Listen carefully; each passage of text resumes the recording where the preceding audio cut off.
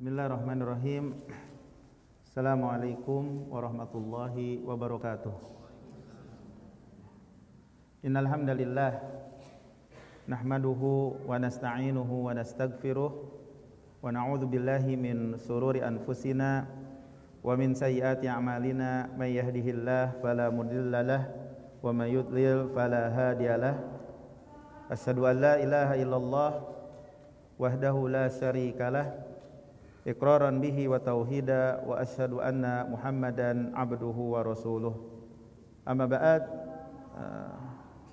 Bapak Ibu jamaah yang dimuliakan Allah Subhanahu wa taala, pemirsa Marhaban TV di mana saja berada, alhamdulillah pada pagi ini kita bisa berkumpul, kita bisa mendengarkan kajian yang biasa rutin setiap hari Ahad ya, di pekan kedua, ketiga, keempat dan kalau lima ada kelima juga di Masjid Darul Fityan. Mudah-mudahan ini kajian ini bisa memberikan manfaat, menyiram rohani kita, mempertebal keimanan kita, dan ilmu yang kita dapati ini bermanfaat ya, bermanfaat. Kita mesti banyak berdoa kepada Allah Jalla wa Ala agar apa yang kita pelajari ini bukan hanya sekedar wawasan saja, tapi menjadi amalan dalam kehidupan kita sehari-hari insyaallah ya. Pembahasan yang kita bahas adalah sebuah kitab yang dikenal, yaitu kitab Riyadhus Shalihin yang ditulis oleh Al-Imam An-Nawawi rahimahullah. Dan pada kesempatan ini memasuki bab 21 ya. Bab 21. Bab at-ta'awun 'alal birri wat taqwa. Bab ta'awun, yaitu kerjasama atau saling tolong menolong di atas kebaikan dan ketakwaan kepada Allah Jalla wa Ala. Jadi ta'awun itu saling support ya, saling support, saling membantu satu dengan yang lainnya di atas bir. Di atas bir yang dimaksud adalah perbuatan baik. Ketika ada yang berbuat baik, berada di atas ketaatan, kita support, kita bantu. Wat taqwa, at-taqwa itu adalah menjaga keburukan, menjaga keburukan. Jadi kerjasama ketika dalam rangka menjaga keburukan adalah menghalangi orang untuk melakukan keburukan. Itu namanya ta'awun, itu namanya kerjasama, mencegah orang dari melakukan keburukan. Gitu. Nah, Al-Imam An-Nawawi rahimahullah di dalam bab 21 ini membawakan dua ayat dan membawakan 3 hadis ya, 3 hadis ya. Nah, ya. Allah tabaraka wa taala berfirman ya, di dalam surat Al-Maidah ya, wa ta'awanu 'alal birri wat taqwa. Hendaklah kalian saling tolong menolong di atas kebaikan dan ketakwaan. Di dalam surat Al-Asr ayat 1 sampai 3 Allah Subhanahu wa taala berfirman, wal asri, demi masa, innal insana lafi khusr, bahwasanya manusia itu betul-betul berada dalam kerugian, illal ladzina amanu wa amilus shalihat wa tawasau bil haqqi wa tawasau bis sabr, kecuali orang-orang yang beriman, beramal soleh, berpesan, saling berpesan dengan kebenaran dan saling berpesan dengan kesabaran. Qala al-Imam Asy-Syafi'i rahimahullah, Imam Asy-Syafi'i rahimahullah berkata dengan ucapan yang artinya innan nasa, bahwasanya manusia atau kebanyakan manusia lalai dalam mentadaburi surat ini. Ikhwani wa akhwati yang dimuliakan Allah Jalla wa Ala, ya, Syekh Utsaimin memberikan penjelasan kepada kita bahwasanya manusia itu melakukan atau kepada dua sisi. Ya. Jadi mereka atau manusia itu melakukan apa yang ada di dalamnya kebaikan, itu sisi yang pertama, dan sisi yang kedua apa yang ada padanya keburukan. Betulkah begitu? Manusia itu melakukan sesuatu yang ada padanya kebaikan, atau manusia itu melakukan sesuatu yang ada padanya keburukan. Nah, ketika manusia melakukan sesuatu yang ada padanya kebaikan, maka kita mesti ta'awun, ya, ta'awun. Jadi menolong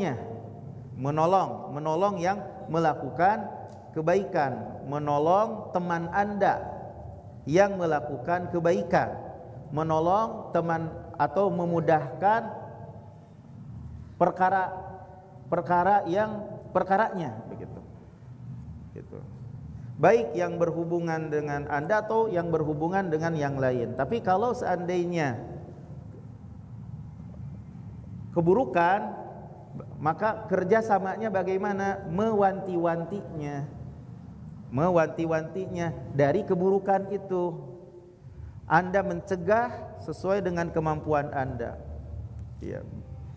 Jadi ketika ada orang yang melakukan keburukan, maka bagaimana? Agar orang meninggalkan keburukan itu. Itulah yang dimaksud dengan ta'awun. Ketika ada yang sedang mau melakukan keburukan. Jadi dapat kita pahami yang dimaksud albir adalah fi'lul khair. Albir adalah perbuatan baik.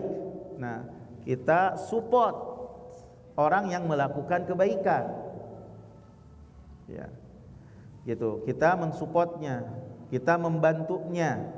Tapi ketika ada orang yang mau melakukan keburukan, maka kita tahan orang itu dari melakukan keburukan dengan mewanti-wanti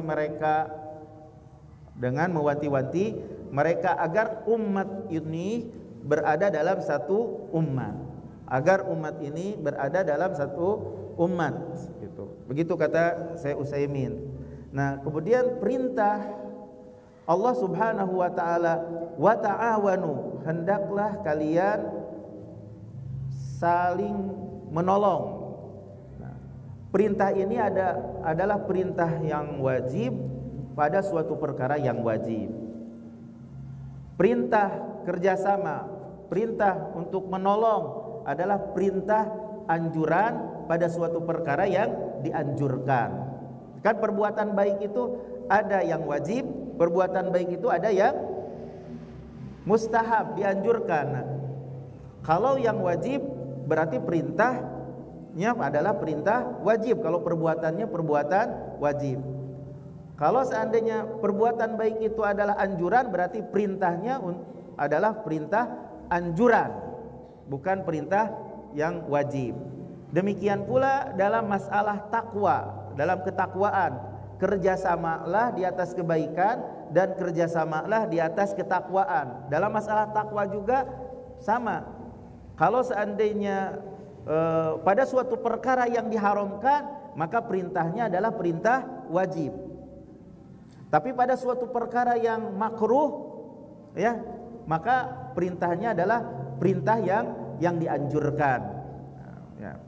Itu maksud dari firman Allah Subhanahu wa taala yang dibawakan oleh Al-Imam An-Nawawi pada ayat yang pertama di dalam bab ini.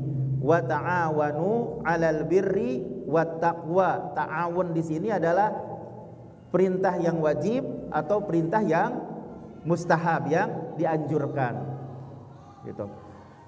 Adapun dalil yang kedua dalam masalah ta'awun, bekerja sama, saling menolong di atas kebaikan dan ketakwaan adalah apa yang terdapat di dalam surat Al-Asr.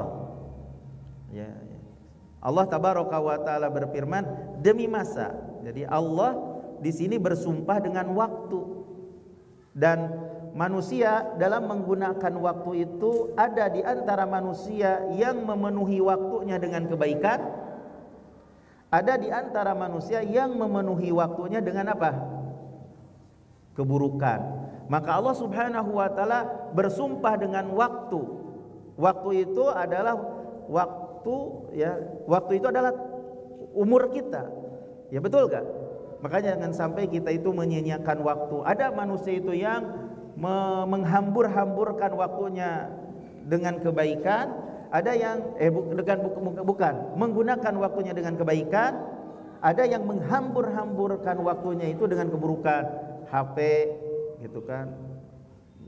Nonton ini, nonton itu, nonton ini, semua waktunya hanya untuk HP saja misalnya. Itu kalau yang dilihatnya adalah tentunya yang buruk. Jadi dipenuhi waktunya itu dengan keburukan. Nah, Allah mengatakan di sini demi masa, sesungguhnya manusia itu betul-betul berada di dalam keburukan, berada dalam kerugian. Jadi umum, manusia secara umum, ya, baik itu mukmin dan atau kafir, baik itu yang baik atau orang yang durhaka, baik itu laki-laki atau perempuan. Jadi semua manusia berada dalam kerugian. Kerugian dalam masalah apa? Dalam semua amalannya. Semua amalannya, dia itu lelah di dunia dan tidak ada faidahnya di akhirat. Semua manusia, mukmin atau kafir, yang baik maupun yang durhaka, laki-laki atau perempuan, semuanya amalannya itu rugi, melelahkan.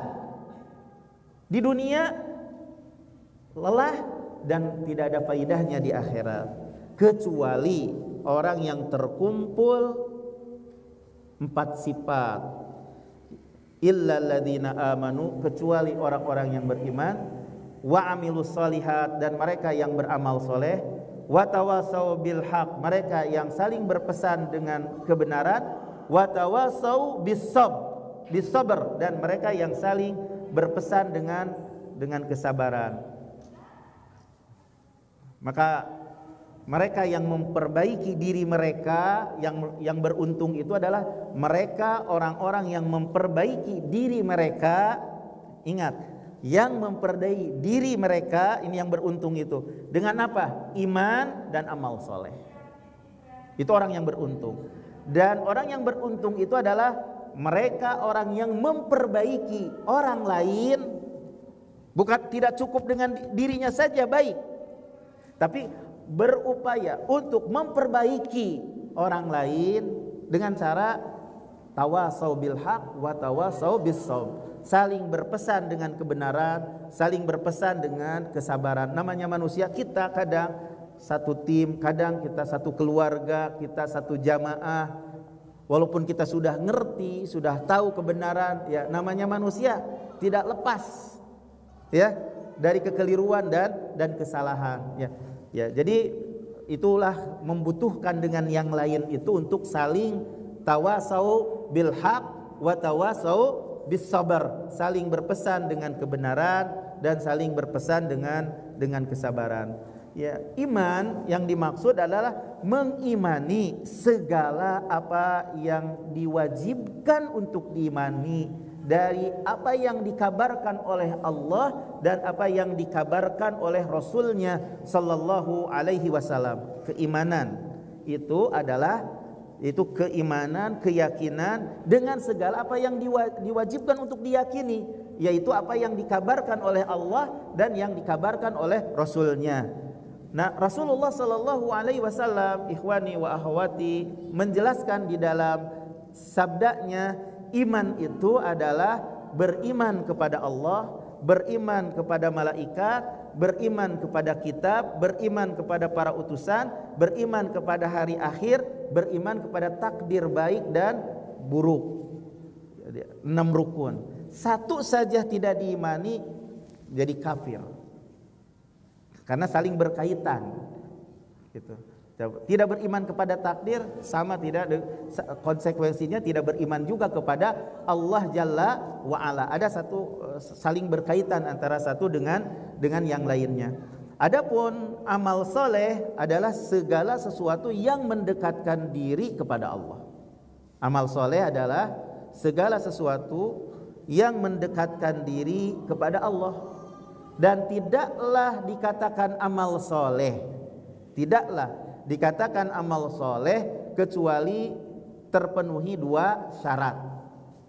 Jadi ikhwani wa akhwati, tidaklah dikatakan amal soleh kecuali terpenuhi dengan 2 syarat, yaitu ikhlas karena Allah Jalla wa Ala dan mengikuti Rasulullah sallallahu alaihi wasallam. Jadi amal, dikatakan amal soleh itu bila ikhlas dan mencontoh Nabi sallallahu alaihi wasallam.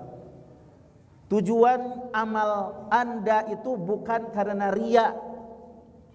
Tidak ada tujuan kecuali wajah Allah dan hari akhirat. Itulah yang dimaksud ikhlas karena Allah. Jadi dalam amalan Anda tidak ada tujuan dalam rangka untuk tampil, dalam rangka untuk dilihat oleh orang lain. Ya, tapi tidaklah yang diinginkan dalam amalan itu kecuali wajah Allah dan hari akhirat. Itulah yang ikhlas karena Allah. Adapun mutaba'ah adalah mengikuti Rasul, tidak mendatangi kebid'ahan, tidak melaksanakan kebid'ahan. Kenapa? Karena bid'ah, kalau seandainya kita ikhlas karena Allah di dalam beribadah, akan tertolak.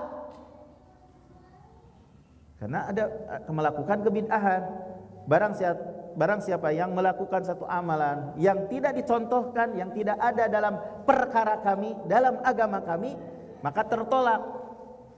Ibadah udah betul sekali dia itu ittiba, mencontoh Nabi sallallahu alaihi wasallam, tapi di dalam ibadahnya itu riya, ingin dilihat oleh orang, tertolak juga. Karena Nabi sallallahu alaihi wasallam bersabda, saya tidak butuh sekutu-sekutu dari kesirikan.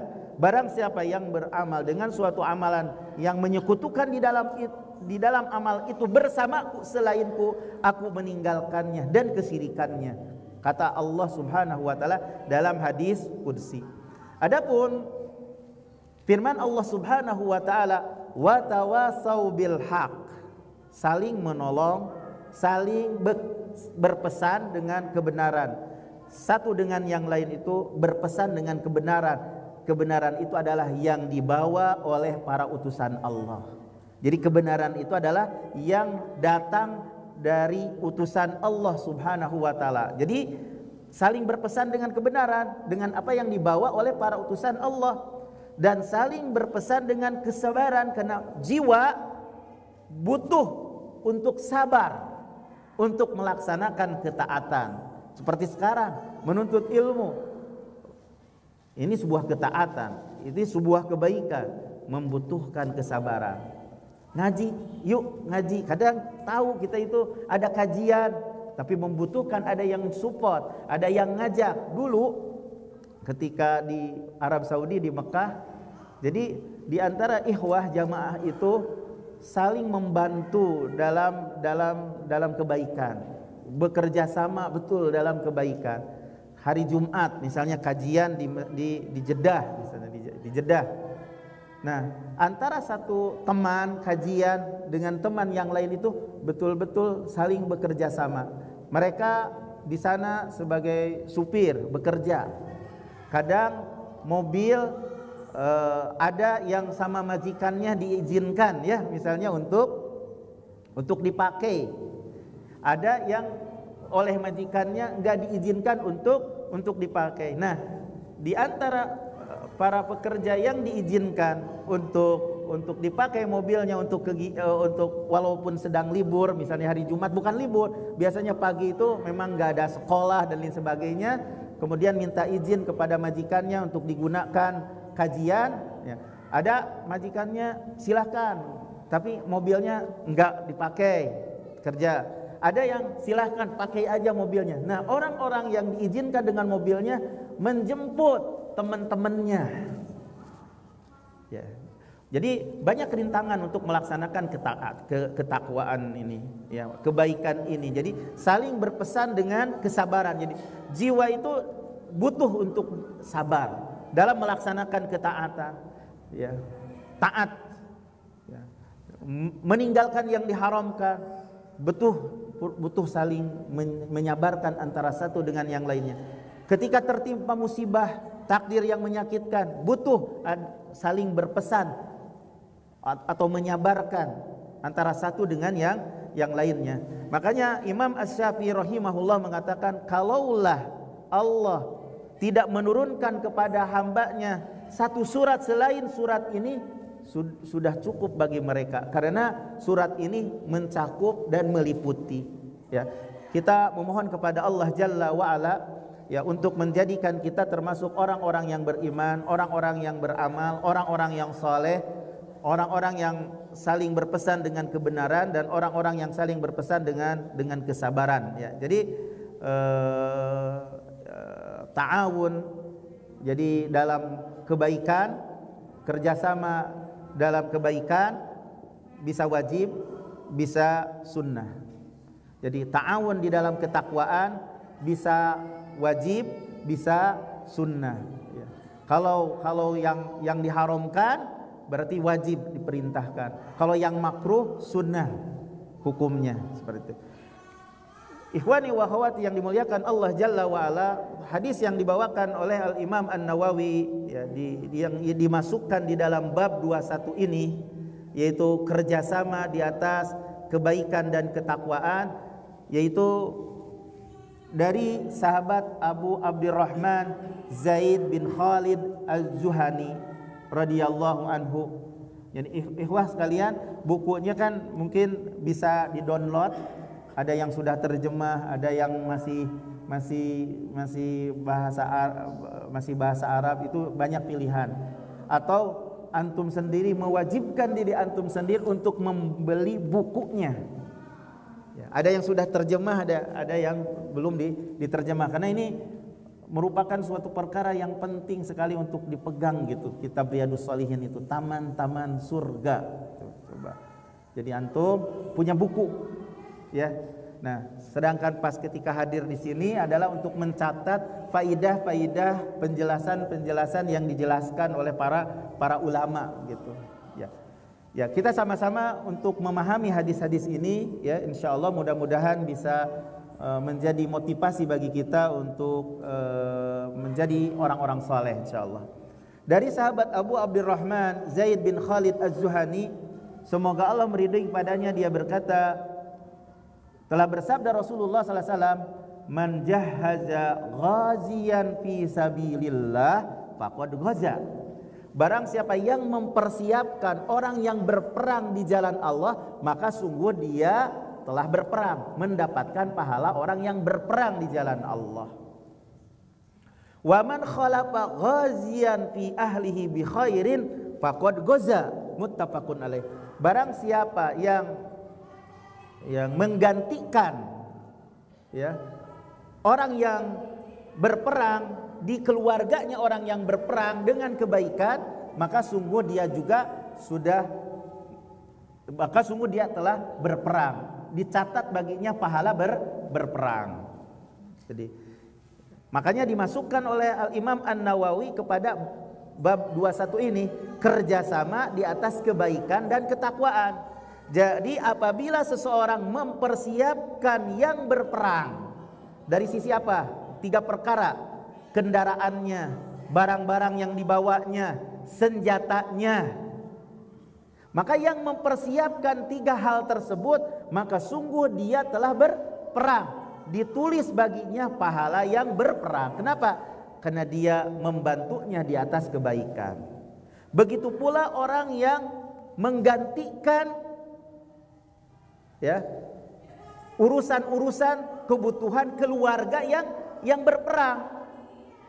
Kalau seandainya orang yang berperang ingin berperang, kadang ada masalah, kesulitan di keluarganya untuk mengurus kebutuhan-kebutuhannya, kebutuhan keluarganya, maka dia bilang kepada seseorang dari kalangan kaum muslimin, gantikan aku untuk mengurusi keluargaku misalnya. Kemudian orang tersebut sebagai penggantinya untuk urusan-urusan belanja, urusan ke dapur dan lain sebagainya misalnya, ketika ada kebutuhan-kebutuhan keluarganya, maka baginya pahala yang berperang karena dia telah membantu. Jadi membantu yang berperang itu dari dua sisi. Membantu dari sisi mempersiapkan kendaraannya, barang-barangnya, senjatanya, atau membantu sebagai pengganti di keluarganya. Dan ini ikhwah fillah wa akhwati merupakan bantuan yang paling besar, menggantikan urusan-urusan di keluarganya. Karena banyak manusia itu masalahnya itu di sini. Gimana keluarganya? Keluarganya banyak hal yang perlu gitu dibantu oleh orang, oleh suaminya kan biasanya. Ini berperang, gimana keluarganya? Gitu. Nah, kalau ada seseorang yang menggantikan kebutuhan keluarganya, maka yang membantu sebagai pengganti keluarganya itu seseorang itu, maka dicatat baginya pahala berperang. Di antara contoh yang telah terjadi adalah sahabat Ali bin Abi Thalib radhiyallahu anhu ketika menggantikan Rasulullah SAW untuk mengurusi keluarga Nabi SAW pada perang Tabuk. Rasulullah SAW berkata kepada Ali bin Abi Thalib berkata kepada Rasulullah, "Ya Rasulullah, kau tinggalkan aku bersama anak-anak dan istri?" Gitu kata Ali bin Abi Thalib kepada Rasulullah SAW sebagai pengganti Rasulullah di keluarganya. "Kenapa kau tinggalkan saya bersama anak-anak dan wanita-wanita?" Lalu Rasulullah SAW berkata kepada Ali, "Tidakkah kau ridho engkau menjadi bersamaku itu sederajat kedudukannya seperti kedudukan Harun dari Musa, kecuali bahwasanya tidak ada nabi setelahku. Jadi saya tinggalkan kamu di keluargaku sebagaimana Musa meninggalkan Harun di kaumnya ketika Nabi Musa pergi ke Tur Sina." Begitu. Nah, bisa diambil dari hadis ini, dari yang semisal perang ini, setiap orang yang membantu dalam ketaatan kepada Allah, maka baginya seperti pahalanya. Setiap orang yang membantu, setiap orang yang membantu seseorang dalam ketaatan kepada Allah, maka baginya seperti pahala orang yang melaksanakan ketaatan. Apabila Anda membantu penuntut ilmu dalam membelikan buku misalnya, atau menyewakan rumah karena penuntut ilmu gitu, atau menyewa atau memberikan support nafkah kepada penuntut ilmu atau yang serupa dengan itu, maka baginya pahala seperti pahala penuntut ilmu yang sedang dia menghafal Quran, sedang dia membaca kitab. Dia tidak baca kitab, dia tidak baca Al-Quran, tapi dia mensupport seperti pahala penuntut ilmu yang sedang baca Al-Quran, yang sedang membaca kitab. Begitu. Tanpa dikurangi pahalanya sedikit pun, tanpa dikurangi pahalanya sedikit pun. Gitu. Karena membantu di atas kebaikan. Ini mudah-mudahan ini menjadi motivasi bagi kita. Gitu, menjadi motivasi bagi kita semuanya, memudahkan penuntut ilmu, memudahkan orang yang melaksanakan sholat misalnya, maka akan dicatat bagi kita seperti pahala yang sholat, seperti pahala yang wudhu, seperti pahala yang membaca Al-Quran, seperti pahala yang membaca kitab, seperti pahala yang berdakwah. Jadi dakwah itu tetap perlu penopang kesuksesan dakwah ini.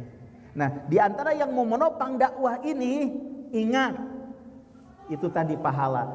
Kita tidak baca Al-Quran misal, apalagi kalau baca Quran berarti bertumpuk-tumpuk pahala. Kalau tidak baca Al-Quran, yang ditopang dia baca Al-Quran, pahalanya kepada yang menopangnya.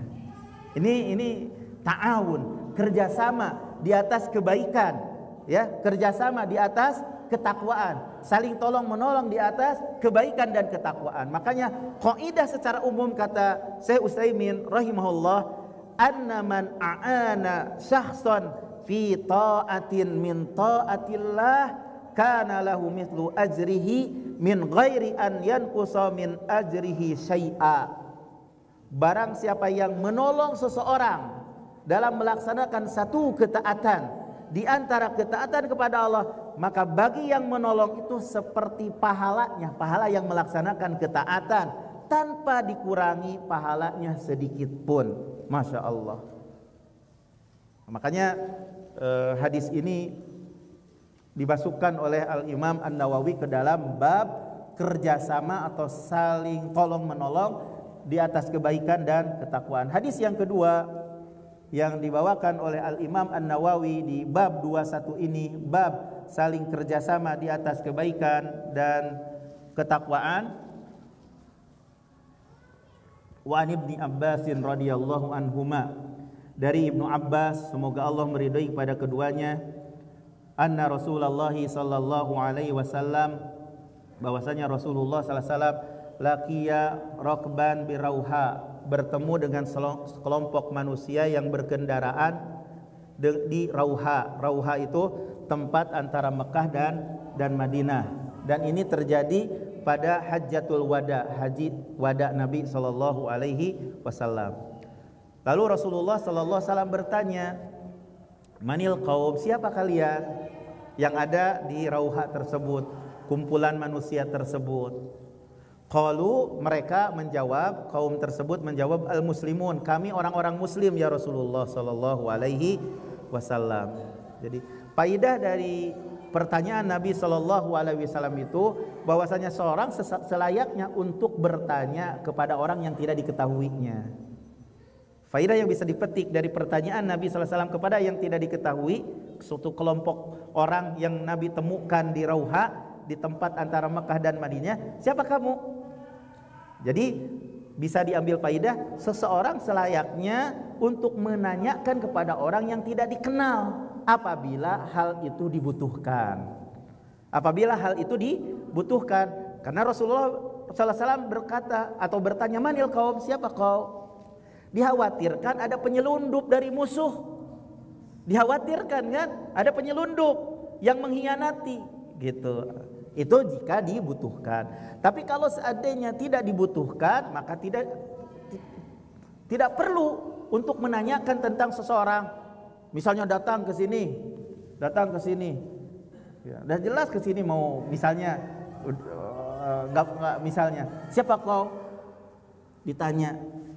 Ini pertanyaan pertanyaan ini adalah suatu pertanyaan yang tidak ada manfaatnya. Masuk kepada pertanyaan yang tidak ada manfaatnya kalau tidak dibutuhkan untuk ditanyakan. Dan masuk ke dalam min husni islamil mar'i tarku ma la ya'ni. Tanda baik Islam seseorang itu meninggalkan sesuatu yang tidak bermanfaat. Jadi jika tidak dibutuhkan maka jangan bertanya. Tapi ketika memang membutuhkan, ya, penting sekali untuk bertanya, maka ditanyakan, biar dalam kondisi biar tahu gitu, biar berada di atas ilmu, di atas keterangan. Kalau seandainya pertanyaan yang membutuhkan untuk ditanyakan. Tapi kalau tidak membutuhkan, jangan.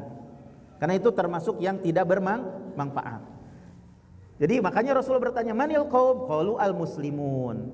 Nah, al-muslimun ini sifat baik bukan? Sifat pujian bukan? Sifat pujian. Nah, di dalam hadis ini juga menunjukkan seseorang mensifati dirinya dengan sifat yang terpuji apabila tidak bertujuan untuk berbangga-bangga, tapi dalam rangka untuk memberikan, untuk mengenalkan diri, tidak apa-apa. Muslim, Islam, ya, sifat yang terpuji. Apabila mengkabarkan tentang dirinya, saya muslim, saya mukmin, hanya sekadar mengkabarkan, bukan dalam tujuan untuk berbangga diri, maka hal yang demikian itu tidak apa-apa. Ketika ditanya para sahabat, siapa kamu? Al-muslimun, kami orang-orang muslim. Nah, enggak apa-apa. Begitu pula dalam rangka untuk tahadus bin nikmah, gak apa-apa juga. Alhamdulillah alladzi ja'alani minal muslimin. Segala puji bagi Allah yang telah menjadikan aku termasuk kaum muslimin. Boleh enggak seseorang menyebutkan sifat-sifat yang terpuji untuk dirinya, tapi bukan untuk bangga-banggaan? Boleh. Itu suatu perkara yang terpuji. Ya, suatu perkara yang terpuji. Kemudian di antara faedah yang bisa kita petik, manil kaum, siapa kamu? Qalu al muslimun. Ya. Bisa kita ambil faedah bahwasanya seseorang apabila mensifati dirinya dengan sifat yang baik tanpa ada kesombongan, maka itu tidak termasuk ke dalam bab mensucikan dirinya, memuji dirinya. Karena di antara ilmu yang tidak bermanfaat itu mensucikan jiwanya, dirinya itu bersih nih. Itu termasuk ilmu yang tidak bermanfaat.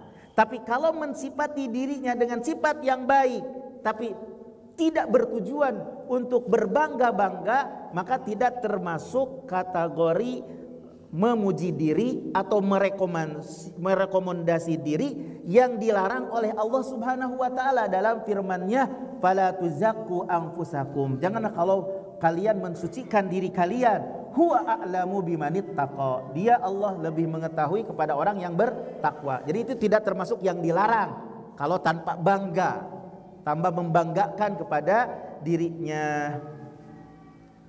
Kemudian setelah itu kaum muslimin yang ditanya, kelompok yang ditanya yang bertemu dengan Nabi SAW di Rauha, kemudian qalu, mereka bertanya kepada Rasulullah, "Man anta?" Engkau siapa? Ya. Qala Rasulullah. Nabi menjawab, saya adalah utusan Allah. Farafa'at ilaihi imra'atun sabiyatan faqalat alihadha hajjun, qala na'am walaki ajrun. Nah, di sini seorang wanita mengangkat kepada Nabi sallallahu alaihi wasallam seorang anak kecil. Lalu dia bertanya, apakah bagi anak kecil haji? Apakah bagi anak kecil ada ibadah haji? Gitu. Qala, Nabi menjawab, na'am, iya, bagi anak kecil juga haji, ibadah haji. Walaka ajrun, dan bagimu pahala. Dan bagimu seorang wanita yang mengurus urusan anak, dari ihramnya, dari tawafnya, dari sa'inya, pasti namanya anak kecil perlu diurus, maka bagimu pahala. Ini dalil yang menunjukkan bahwa selayaknya seseorang untuk mengambil kesempatan keberadaannya orang yang berilmu. Jangan disia-siakan kesempatan ketika ada orang yang berilmu. Begitu. Orang ilmu, ada kesempatan bagi kita untuk mengambil faidah. Nah, karena mereka para sahabat, tatkala dikabarkan kepada mereka ketika ditanya, siapa engkau? Saya Rasulullah. Mulai mereka bertanya kepada Nabi SAW. Ini menggunakan kesempatan ketika ada orang yang berilmu. Jadi selayaknya bagi seseorang untuk menggunakan kesempatan adanya orang yang berilmu untuk bertanya suatu perkara yang dia tidak mengetahuinya. Kemudian juga dari faidah yang bisa kita petik dari hadis ini, bahwasanya anak kecil itu apabila berhaji maka walinya, ya, orang tuanya mendapatkan pahala. Dan haji itu bagi anak kecil, bukan bagi orang tua. Ya, haji itu berdasarkan hadis ini, haji itu bagi anak kecil juga yang melaksanakan ibadah haji, bukan untuk orang tuanya atau walinya. Diambil dari apa? Ketika Nabi SAW mengatakan alihadha hajjun, bagi anak kecil ada haji. Apa jawaban Nabi? Naam walak ajrun. Iya, bagi anak kecil ada haji, dan bagi kamu juga ada pahalanya. Ya, jadi anak kecil yang belum balik itu dicatat baginya pahala hajinya. Dicatat baginya pahala hajinya, dan juga walinya juga yang membantu ta'awun dalam kebaikan. bekerja sama dalam kebaikan, betul gak? Walaupun belum wajib, tetap dia mendapatkan pahala haji. Sedangkan walinya, ibunya yang mengurusinya, begitu, maka mendapatkan pahala bekerja sama membantu di atas kebaikan. Kan anak kecil ketika ihram perlu diajarin, ketika tawaf perlu dipakaikan kain ihramnya misalnya, ketika itu yang perlu dilakukan, mesti harus ada bimbingan yang mengurusnya dari walinya yang sudah balik, yang sudah tua, betul enggak? Betul kan? Makanya dari sini salah yang di kalangan keumuman manusia bahwasanya anak kecil itu hajinya bagi kedua orang tuanya. Ini pandangan yang tidak ada asalnya. Tidak ada asalnya. Yang ada asalnya bagi anak kecil juga dicatat pahala haji. Ya, bagi walinya kedua orang tuanya dicatat pahala membantu di atas ketaatan ketika tidak bisa untuk mengajarkan begini begitu, di sini ini gitu. Ya, bagaimana ihramnya, bagaimana tawafnya, ini pasti anak kecil perlu diurus oleh kedua orang tuanya, betul gak? Ya, seperti itu. Jadi Syekh Utsaimin berpendapat seperti itu, ya, berpendapat seperti itu, ya, bahwasanya haji bagi anak kecil iya dicatat pahala ibadah haji. Bukan seperti yang dikatakan oleh kebanyakan keumuman manusia, hajinya itu pahalanya bagi kedua orang tuanya. Tapi berdasarkan hadis yang jelas di sini, na'am walaka ajrun. Iya, anak kecil dapat ibadah pahala haji, ya. Dan bagi kamu karena ta'awun, kerjasama di atas kebaikan, mendapatkan pahala, ya. Berarti satu hadis lagi aja, ya, karena ada 3 hadis, ya, yang dalam bab 21 ini, bab kerjasama di atas kebaikan dan ketakwaan. Dari sahabat Abu Musa al-Asy'ari, semoga Allah meridhai padanya, dari Nabi SAW, bahwasanya Nabi SAW bersabda, al-khazin, bendahara. Yayasan pasti ada bendaharanya. Komunitas-komunitas tertentu pasti ada bendaharanya. Kajian-kajian pasti ada bendaharanya. Nah, ini nasihat dari Rasulullah SAW yang memotivasi agar para bendahara itu untuk memiliki 4 sifat. Ketika bendahara memiliki 4 sifat, walaupun dia tidak mengeluarkan 1 pulus pun, 1 perak pun, maka dia mendapatkan pahala bersedekah. Ketika misalnya orang yang memerintahkan, yang diamanahi itu, misalnya begini ya, seseorang punya uang, misalnya 10 juta, diamanahkan kepada bendahara. Terus si yang orang memerintahkan begini, nafkahkan 10 juta itu kepada orang fakir. Sedekahkan ya, sesuai dengan yang diperintahkan, ke sana, kasihkan 10 juta itu misalnya.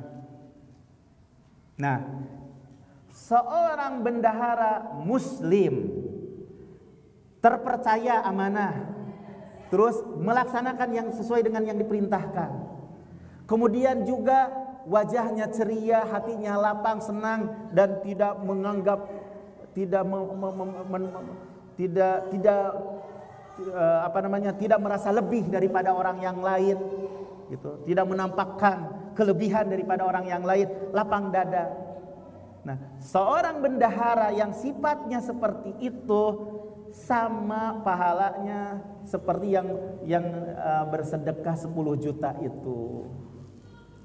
Masya Allah. Kita tidak mengeluarkan 1 perak pun, tapi karena bendahara yang memiliki 4 sifat, al-khazin al-muslim, bendahara ini mubtada, karena mubtada itu adalah isim di awal. Ini mubtada, ya. Kemudian khobarnya ahadul mutasaddiqin, adalah salah satu dari orang yang bersedekah. Tapi harus ada memiliki 4 sifat. Ya. Yang terkumpul 4 sifat.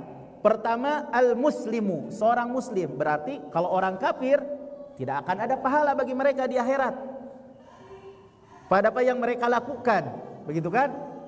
Tapi syaratnya adalah seorang muslim. Sifatnya adalah seorang muslim bendahara itu. Kemudian,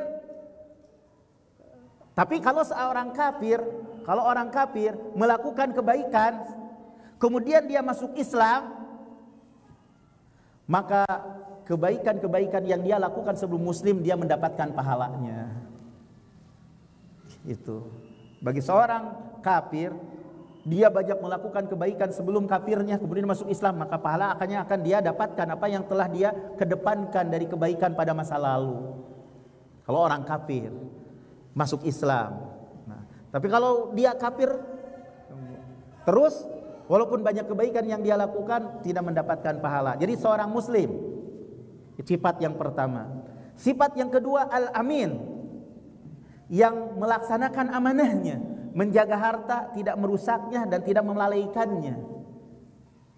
Sifat yang kedua, alladzi yunaffidu ma umira bih, yang melaksanakan sesuai dengan apa yang diperintahkan. Melaksanakan sesuai dengan apa yang diperintahkan. Itu sifat yang ketiga. Karena di antara manusia ada orang yang terpercaya tapi malas-malesan. Ya. Nah, sifat yang ketiga itu adalah terkumpul antara kekuatan dan amanah. Terkumpul antara kekuatan dan amanah. Jadi melaksanakan apa yang diperintahkan, kuat, gak males. Tuh. Sifat yang keempat, antaku thayyibatan bihi nafsuhu, gitu. Jadi senang, lapang, ceria, gitu. Baik hatinya, lapang dadanya, ceria wajahnya, gitu. Pertanda dari kebaikan hatinya, kelapangan dadanya. Jadi apabila dia melaksanakan, apabila dia memberikan apa yang diperintahkan untuk diberikan, pada waktu itu dia dalam keadaan lapang dada, dalam keadaan ceria, dalam keadaan senang hatinya, tidak mengungkit-ungkit terhadap kepada yang diberikannya, tidak menampakkan dia itu memiliki keutamaan. Dia hanya memberikan aja amanah dari orang lain, bukan dari dirinya. Jadi kadang hati-hati nih, merasa diri sudah berjasa, padahal kan hanya diamanahi sebagai fasilitas saja. Nah ini bagi siapa saja ya. Kalau kita ingin mendapatkan pahala seperti salah satu orang yang bersedekah, harus 3 atau 4 sifat yang terkumpul dalam diri para bendahara, dalam diri para pemegang amanah, komunitas-komunitas, yayasan-yayasan, lembaga-lembaga ini ya, akan menjadi termasuk salah satu orang yang bersedekah walaupun dia tidak mau mengeluarkan 1% pun dari uang. Fayadfa'uhu ila alladhi umira lahu bihi. Lalu bendahara tersebut memberikan kepada yang semestinya sesuai yang diperintahkan kepadanya. Ahadul mutasaddiqin, adalah salah satu dari orang yang bersedekah. Sebagaimana yang tadi dicontohkan. Dalam hadis ini memberikan penjelasan kepada kita tentang keutamaan amanah. Keutamaan melaksanakan apa yang diamanahkan dan tidak menyia-nyiakan apa yang diamanahkan. Ini hati-hati pemegang amanah. Begitu pula di dalam hadis ini menunjukkan dalil kerjasama di atas kebaikan dan ketakwaan. Akan dicatat bagi orang yang kerjasama di atas kebaikan dan ketakwaan, ya, bagi orang yang menolong, ya, yang diamanahi, seperti pahala orang yang bersedekah, seperti orang yang berbuat baik. Ini merupakan karunia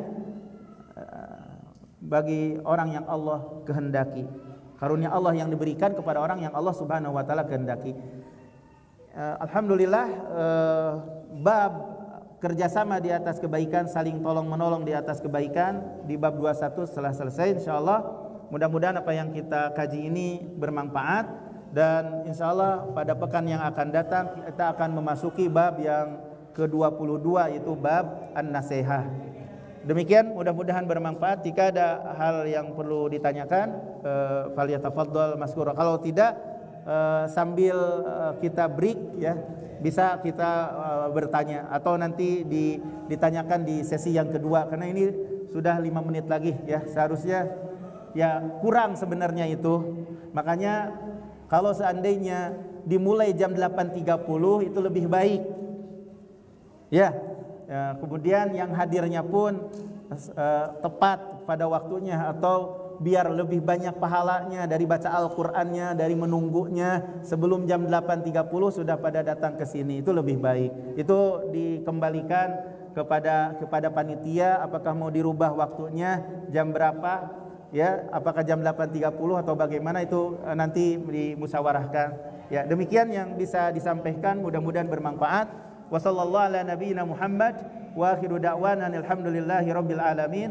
Subhanakallahumma bihamdika asyhadu an la ilaha illa anta astaghfiruka wa atubu ilaik. Wassalamu alaikum warahmatullahi wabarakatuh.